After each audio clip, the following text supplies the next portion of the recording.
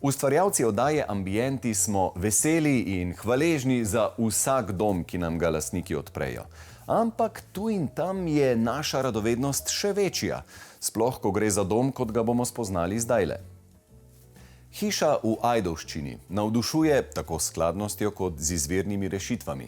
Arhitektka pa je imela zelo dobre razloge, da je njeno načrtovanje vzela nadvse zares.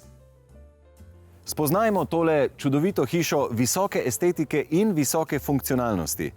Arhitektka se je pri njej še posebej potrudila. Nič čudnega, saj jo je delala zase in za svojo družino. Zemljišče v Ajdovščini sta Sanja Premrn in mož dobila v dar od sorodnikov. Parcela je nekoliko nagnjena, obrnjena proti jugu in dovolj velika, da omogoča ureditev vrta ob novi hiši. Sanja in Luka, živijo. Hvala, ker smo lahko pri vama. Čudovito hišo imata. Kje se je vse skupaj začelo? Najverjetneje pri res lepi parceli, a ne? Ja, ta parcela nam je bila podarjena. Prej je pripadala sosednji hiši, v kateri živi Lukova teta, s katero si tudi delimo skupni dovoz. In preden smo jo pozidali, je bil tukaj travnik v naklonu proti cesti na južni strani. Je bilo treba najprej zravnati. Ja, tako je. In precej se nam je zdela majhna, zato smo en kos parcele še dokupili proti zahodnim sosedom. Dobro, in torej parcela je ponujala lepo izhodišče za hišo, ampak čigave so bile bolj osnovne želje, osnovna vizija? Sanjina, ker je arhitektka, ali tudi vaša, Luka?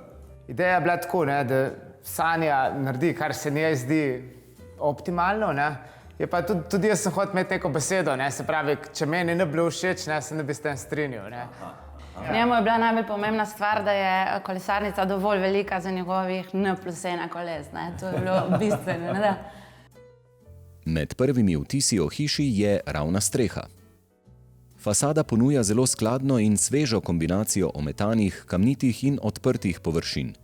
Prav kamnita obloga zidov stopnjuje dinamiko zunanjosti.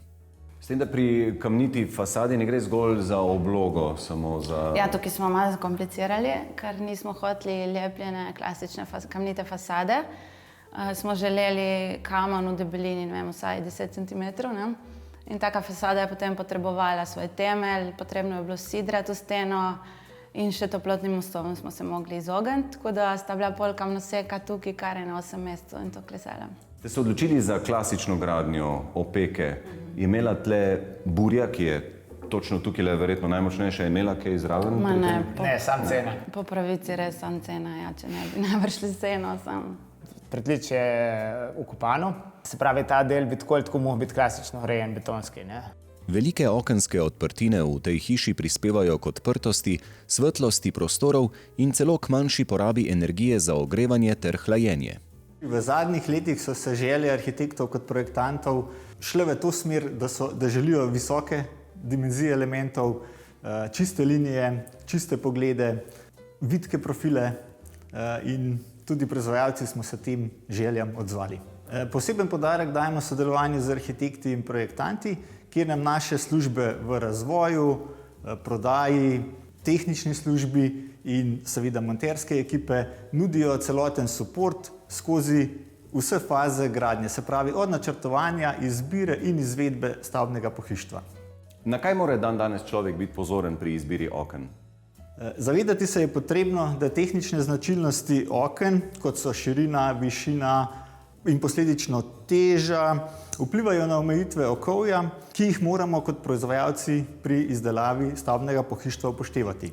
Prav tako določeni detajli, kot so na primer senčila, v celoti spremenijo stavbno pohištvo, kot tudi posledično celoten izgled objekta. Naši svetovalci na podlagi dolgoletnih izkušenj in odličnega tehničnega znanja vodijo investitorje skozi proces izbire. Potem pa je važna tudi kvaliteta v gradnji. Ko gre za montažo, tiste šele pomembno, če že imamo kvaliteten kos. Montažo je potrebno načrtovati že v fazi izbire in naročila stavbnega pohištva in njihovih dodatkov v sodelovanju z izvajalci gradnje, tlakov, suhomontaže in seveda na koncu izvajalcev fasad. Montažo stavbnega pohištva zaradi velikih dimenzij zahteva izkušene monterske ekipe in kakovostne montažne materiale. In kakšna okna imamo vgrajena v primeru te hiše?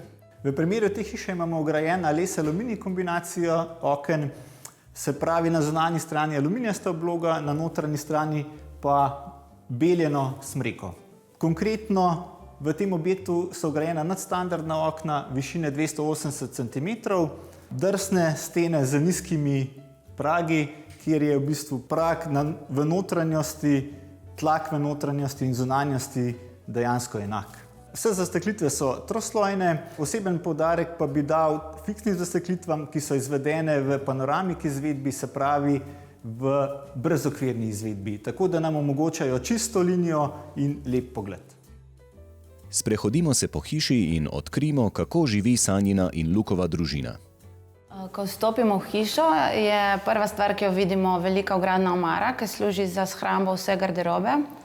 Na eni strani imamo potem dnevno kopalnico, na drugi strani čez hodnik je kolesarnica, potem se pa pogled odpre na jedilnico, kuhinjo in dnevni prostor. Za kuhinjo je skrito stopnišče v nadstropje. Nadstropje je res tako kompaktno. Na vzhodni strani je najprej najina spalnica, vmes sta dve otroški spalnici in na drugi strani, na zahodni strani še kopalnica. Kaj v tej hiši je narejeno po meri? V bistvu skoraj vse. Kupljena je sedežna garnitura in Rexovi stoli in miza. Aha, zdaj smo na Rexovih stolih in za Rexovo mizo. Vse ostalo pa je naredil mizar, s katerim sodelujem že več let. Ko pride človek v kopalnico, kar ne more, da ne bi opazil tele impozantne banje. Kakšna je njena zgodba? V bistvu tako, naredila je dale svoj nares po meri, po najini ideji iz enega kosa marmorja. Še posebej je bila pa zahtevna pol vgradnja. Z dvigalem so dvigali na teraso, kjer se je izkazalo, da je preširoka, da bi šla skozi vrata.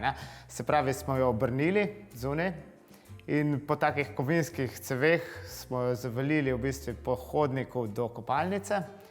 In potem tam se je pojavil pa nov problem, se pravi, kako dvotonski kos kamna obrniti.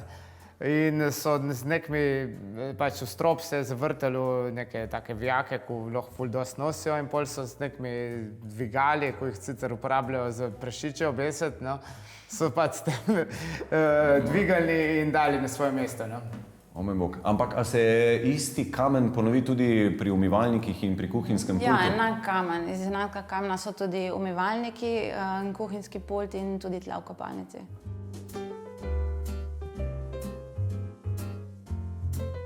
Med otroškima spalnicama je v bistvu samo omara, nismo zidali stene, tako da je iz ene strani omara proti Jaku in z druge proti mi.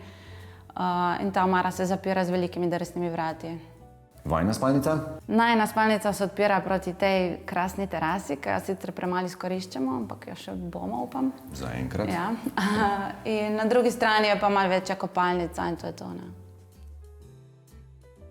V svetli kuhinji in dnevnem prostoru napravita močan vtis sklop kuhinjskih omar in kuhinjski otok.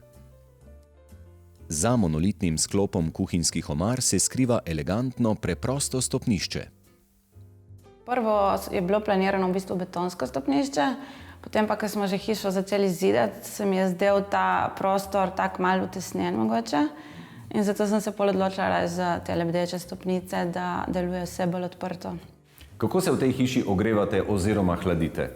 Za ogrevanje in hlajenje imamo toplotno črpalko in talno gretje, zraven pa še kamin. Letos smo vsake par dni zakurili kamin, tako da potem talnega gretja sploh nismo potrebovali. Hiša ima veliko okenskih površin, tako da so sončni prebitki tako veliki, da ni bilo potrebe. Ampak zelo markantni sta pa tudi tile dve svetili nad jedilno mizo. Kakšna je njuna zgodba? Te svetila sem oblikovala za podjetje, ki se ukvarja z betoni. Svetilo je vlito v kalup in je težko tudi, mislim, da okrog 50 kg.